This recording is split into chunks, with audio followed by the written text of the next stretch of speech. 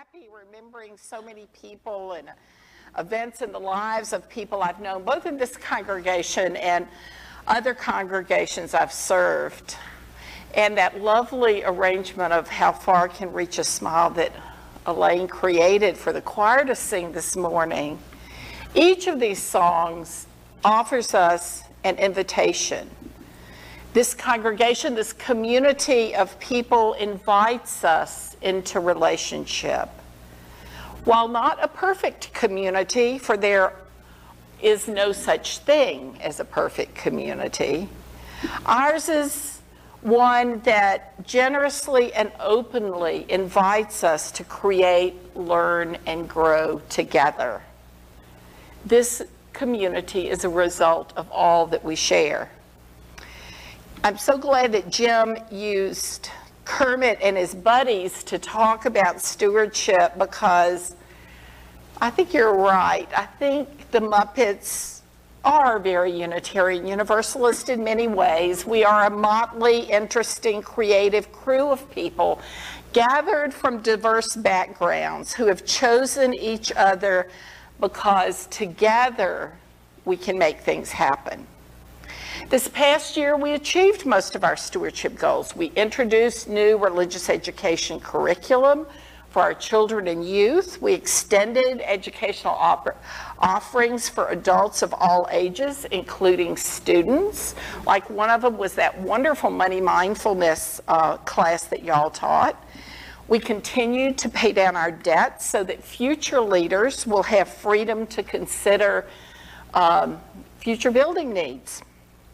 In addition, thanks to the Endowment Committee grants, we have that wonderful new system in the social hall that people are watching as we speak. And it's used in so many different ways. And recently, we've had an upgrade to our kitchen. So we've really accomplished a lot this year. What we don't see every Sunday are all the people who create the community life: hospitality people, sound people, greeters, welcome table folks, all the covenant group leaders, people involved in our outreach programs, finance people who work behind the scenes, and all of our committee volunteers. The list goes on and on because it takes us all. It takes our volunteer hours and our gifts. And I encourage us every time we enter this building to say thank you to our volunteers when we see them. And I hope each one of you gets thanked a lot. As we look at this past year, it's felt very much like a year of transition. We've taken a look in the last months at our structure to see if they're realistic for our present needs. It's been important, if not glitzy work. The goal has been to create simpler systems to support you, our volunteers. We hope that you will read our President Cecil's blog to see the bylaws changes that will be voted on at the congregational meeting on November 2nd. This has been good work. And this wonderful year, as we've mentioned before, has been highlighted by Eve Stevens' ordination. This past January, we began our 60th year acknowledging the Roman god Janus, the god with two faces, one looking back, one looking forward. We've been looking back, remembering our past 60 years. Now it's time for us to turn our face to the future. While we cannot anticipate all that the future will bring, we can be intentional about what this community means for us and plan for fiscal and physical well-being of our community. Next week, we'll prepare a time capsule to open on our 75th anniversary in 2029. That just seems amazing. I hope you will email me this week with some suggestions for what you think we ought to put in that time capsule. Today, we prepare for the coming year by participating in our stewardship campaign. This is the one time during the year when we gather our pledges from our members and friends so that we can build a budget. We cannot budget without knowing what income we can expect so that we can pay our bills, our staff, and maintain the building. That's our reality. Just as we write a check for our home mortgage, we as a community write checks for the mortgage of our religious home, as well as our checks paying the utility bills, staff salaries, and other things that we need. I know it's not glamorous to talk about giving, and UUs historically would much rather talk about politics and sex than money, in part because of the emotions that we have tied up around the use of money. Yet underneath that discomfort about this annual cycle of giving is the acknowledgement that we want to put our time and resources and creativity into organizations and groups that embody what we value most. Come Sing a Song with Me offers us an invitation which is in part about being intentionally generous to this fellowship so that we can create a community we all value. When we take responsibility for the health and welfare of our fellowship, we're embodying our values: hope, compassion, community, friendship, justice, peace, love. In our daily lives, there's so much pressure from our society to simply keep busy, to not stop to consider what we value and how we can spend our life and our resources in ways that support our values. We don't stop to consider what difference do we want to make in the world. This fellowship is a place where we can make a difference, both to causes and to the relationships that are important to us. During our 60th anniversary, we had a chance to look at what was created for us by people who built in trust. Sure, there were challenges. Sometimes it might have been difficult to keep going, but here we are because they valued having a liberal religious presence in Clemson. And we will continue because we too value the people and programs of this community. We're being asked today to decide how generous we can be to this community in the coming year. We know that we all have very different financial resources. We've been asked to take a step up in our pledge from last year, and when we receive them, we'll build a budget based on our pledges. So it's important that the stewardship committee hear from each one of you. This year, some of us had the opportunity, well, I had the opportunity to meet Mr. Rem Stokes, who was here for a Clemson reunion. He was a graduate in 1953 in mechanical engineering. He's had a very interesting career, but one of the things that he's most proud of is the consulting that he's done with Unitarian Universalist congregations on giving. His book for UU congregations to consider is entitled Cultivating Generosity: Giving What's Right, Not What's Left. Giving what's right, not what's left. I find that to be a wonderful way of rethinking our generosity, because that mindset encourages us to mindfully consider how we want to use our money to support what we value most.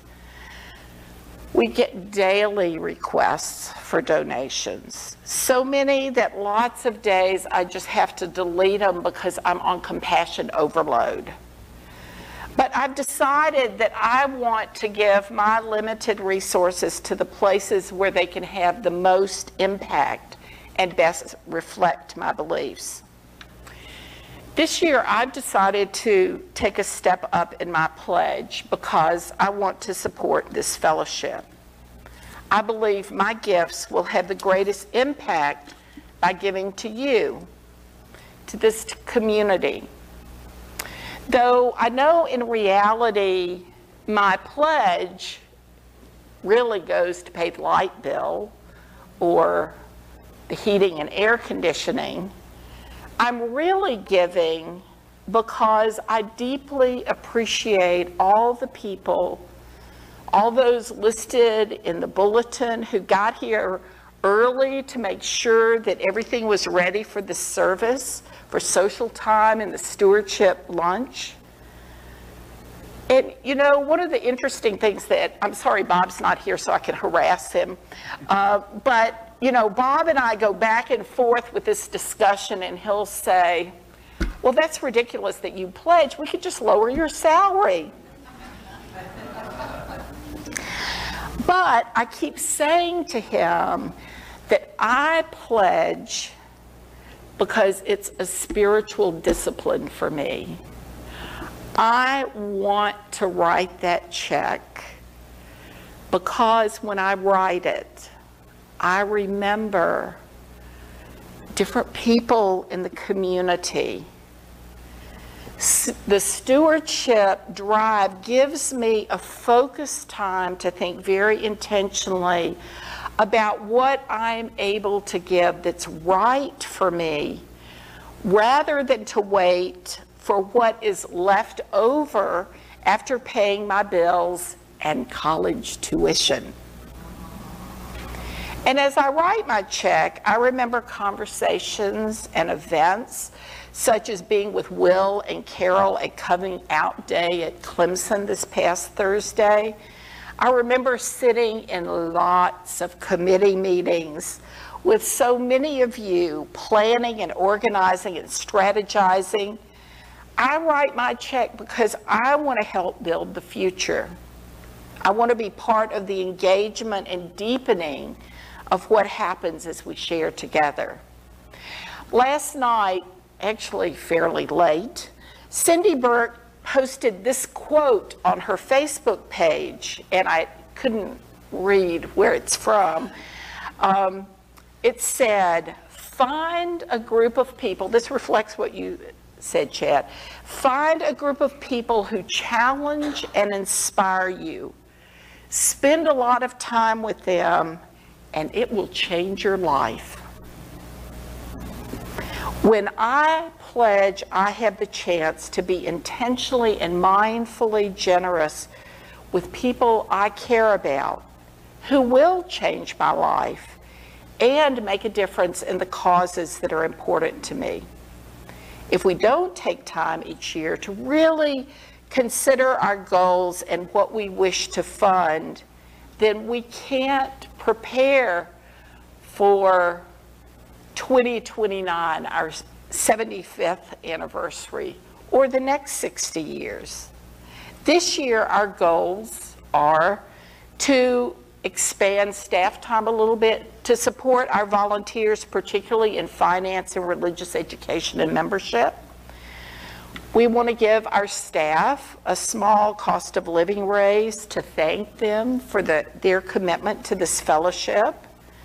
We want to dedicate some funds to maintain our aging building and to pay part of our debt. These are aspects of our budget that can help us build for growth. Rem Stokes in his book reminds us that ultimately our goal is to be a transformational community. He writes, money silence is a serious issue for a church that wants to be vital and grow. And it's even a bigger concern for a church that wants to be truly relevant to the real problems of its members that are frequently financial. The church is not just an educational institution, although it does educate. It is not just a social outlet, although we do socialize. Nor is it just a charismatic, inspirational institution, although it is often inspiring. At its core, The church is a transformational institution.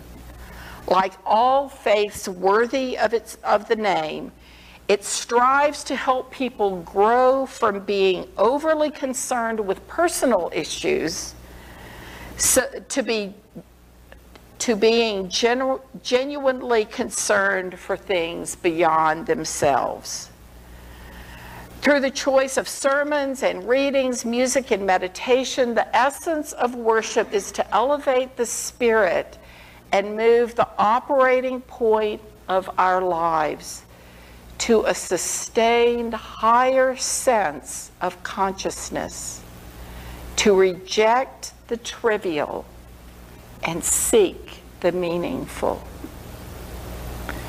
We are building a transformational community that will enable us to both engage our members and friends here and reach out both to the larger community and reach out toward the future.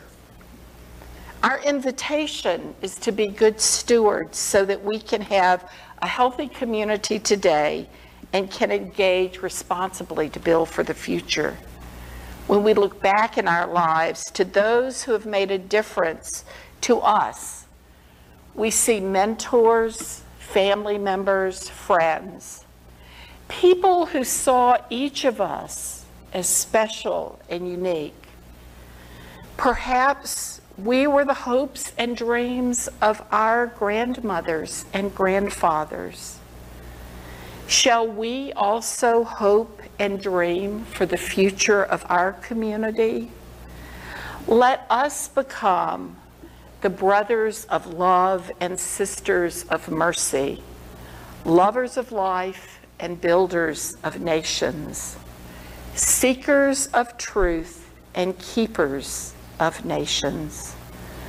We are those who look with vision toward what is possible and what we here can build together.